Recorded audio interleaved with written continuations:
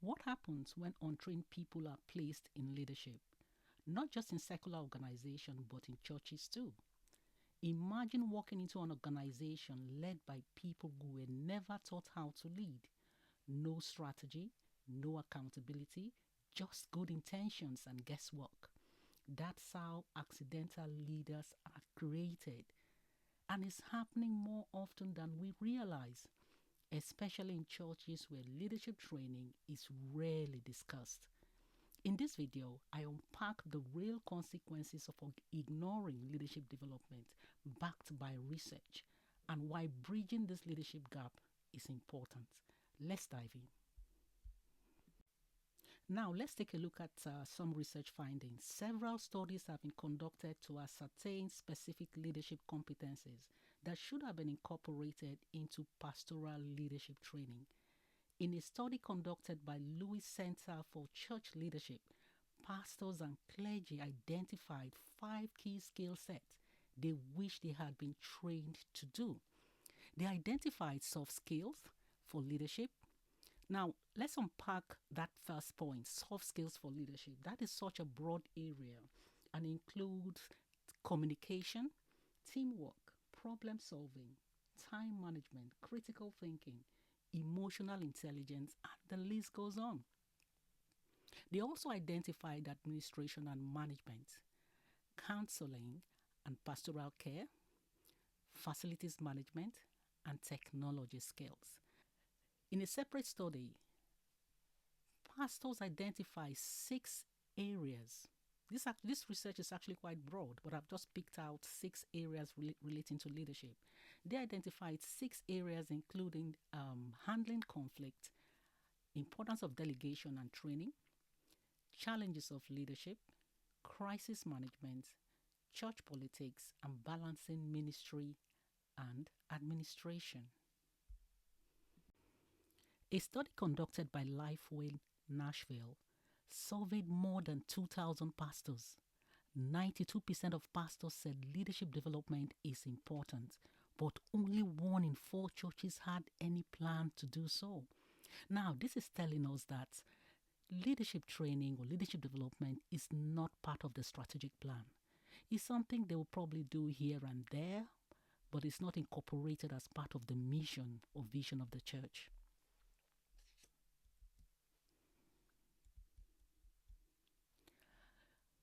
Another study conducted by Banner Group in 2020 revealed that the lack of leadership training in churches is indeed a cause for concern.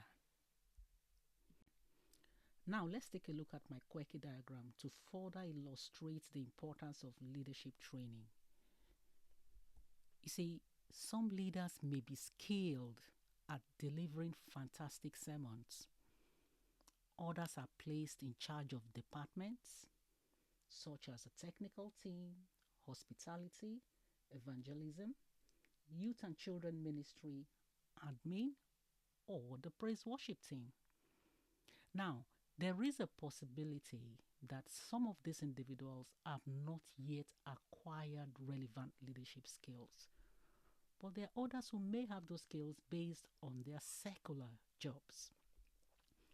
What we tend to do in the church is that we take people, regardless of their experience, their leadership experience, and we place them right up there. We put them in leadership position. And it's not fair because you've not even given them the basic skills they need to lead. Now, what happens is that a lot of people will make up their own assumptions of what they believe leadership means, depending on their culture. So what we do really is that we expose people. There's this massive leadership gap. There is a skills gap here.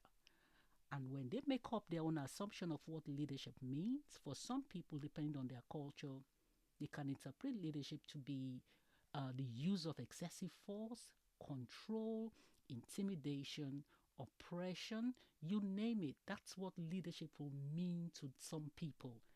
And that is the way, that is their reality. That is the way they will manage the church, and that's the way they will manage their team. That's the way they will manage the congregation. Now, if these individuals are not keen, are not learners, are not interested in developing themselves, then that gap remains throughout the period of time where they lead.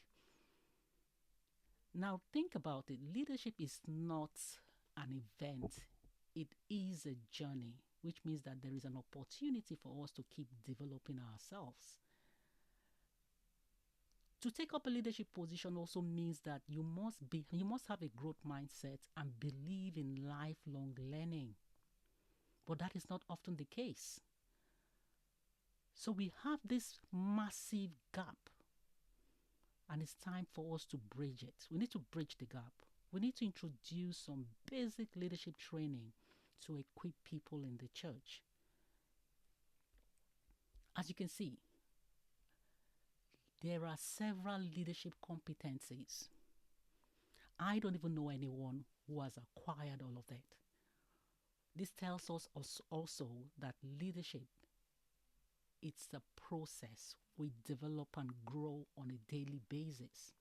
Take a look at the competencies: self-awareness, leadership, accountability and stewardship, authenticity and character, humility, selflessness, cultural intelligence, emotional intelligence, people management, innovation and creativity.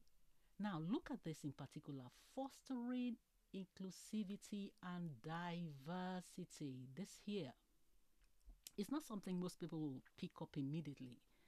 It takes time to cultivate these skills, to develop.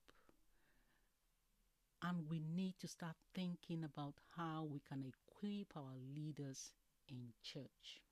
Let's take a look at this quote by John Maxwell. He says, "I am expanding my leadership because I'm constantly growing. Growth matters.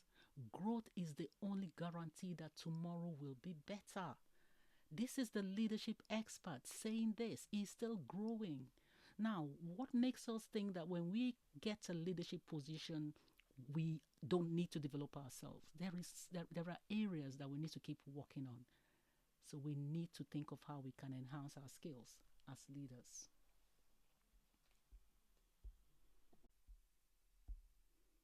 Now I leave you with Proverbs 27:17. It says, "As iron sharpens iron, so one person sharpens another." Let's help one another to enhance and improve our leadership skills. Let's improve our leadership capability and competencies. We need leadership coaches and mentors to support us on this journey. Let's bridge the leadership gap. Thanks for watching. Please share your views on the importance of leadership training in the church.